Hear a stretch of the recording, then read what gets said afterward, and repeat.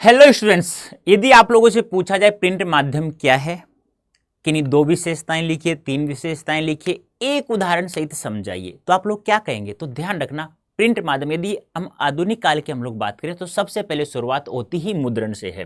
और मुद्रण की शुरुआत सबसे पहले होती कहाँ से है? चीन से है।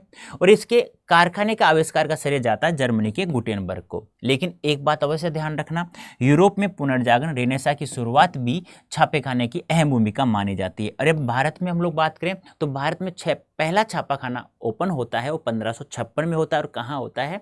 गोवा में होता है। अब मुद्रित माध्यम सबसे बड़ी विशेषता क्या होती है इनकी कि शब्दों में क्या होता है? स्थायित्व होता है और इसे हम आराम से कहीं पर भी धीरे धीरे पढ़ सकते हैं। कोई भी गूढ़ शब्द का कोई अर्थ याद नहीं है तो उसे हम लोग शब्दकोश में भी देख सकते हैं। दूसरी सबसे बड़ी बात, जो मुद्रित माध्यम होता है उसमें लिखते हैं हम लोग तो उसमें अनुशासन की सबसे बड़ी महत्वपूर्ण बात होती है, जिसके अंतर्गत हम लोग स्वतः स्फूर्तता भी होनी चाहिए। और उसके साथ साथ हमें भाषा, व्याकरण, वर्तनी, शब्दों का भी उपयुक्त इस्तेमाल का हमें ध्यान रखना बहुत जरूरी है। तो ये आप लोगों को ध्यान में रखना होगा। और सबसे बड़ी तीसरी विशेषता हम लोग बात करें मुद्रित माध्यम, प्रिंट माध्यम के अंतर्गत, तो यह चिंतन, विचार और विश्लेषण का भी एक माध्यम है। ये मोटी मोटी विशेषता यदि आप लोग लिख देते हैं तो बहुत अच्छे मार्क्स आप लोग प्राप्त कर सकते हैं। अब सबसे पहले मुद्रित माध्यम हम बात करें तो इसमें 24 घंटे की खबरें होती हैं या कोई साप्ताहिक अखबार भी हो सकता है।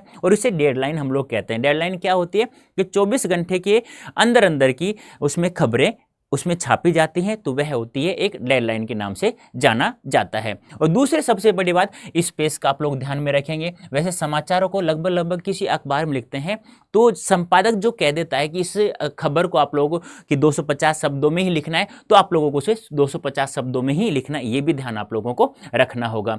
अब मुद्रित माध्यमों की लेखन करते समय कौन कौन सी बातों का ध्यान में रखना है?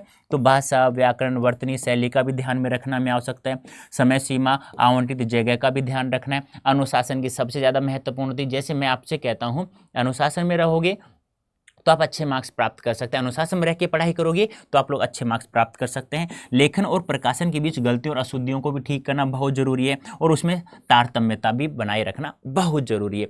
तो ऐसे अब आप लोगों से प्रिंट माध्यम से संबंधित कुछ भी पूछा जाए तो यहाँ से आप लोग ध्यान रखना, ये विशेषताएं आप लोग लिख सकते हैं। ज़्यादा कोई इतनी बड़ी भारी बात नहीं है, लेकिन मैंने ये इसलिए बनाया है कि आप लोग इसका स्क्रीनशॉट भी ले सकते हैं और आप लोग इसे समझ भी सकते हैं। जो जो विशेषताएं मैंने यहाँ बताई उनको भी ध्यान में रख लेंगे तो 2 या 3 नंबर का सवाल आएगा, आप लोग आराम से कर सकते हैं।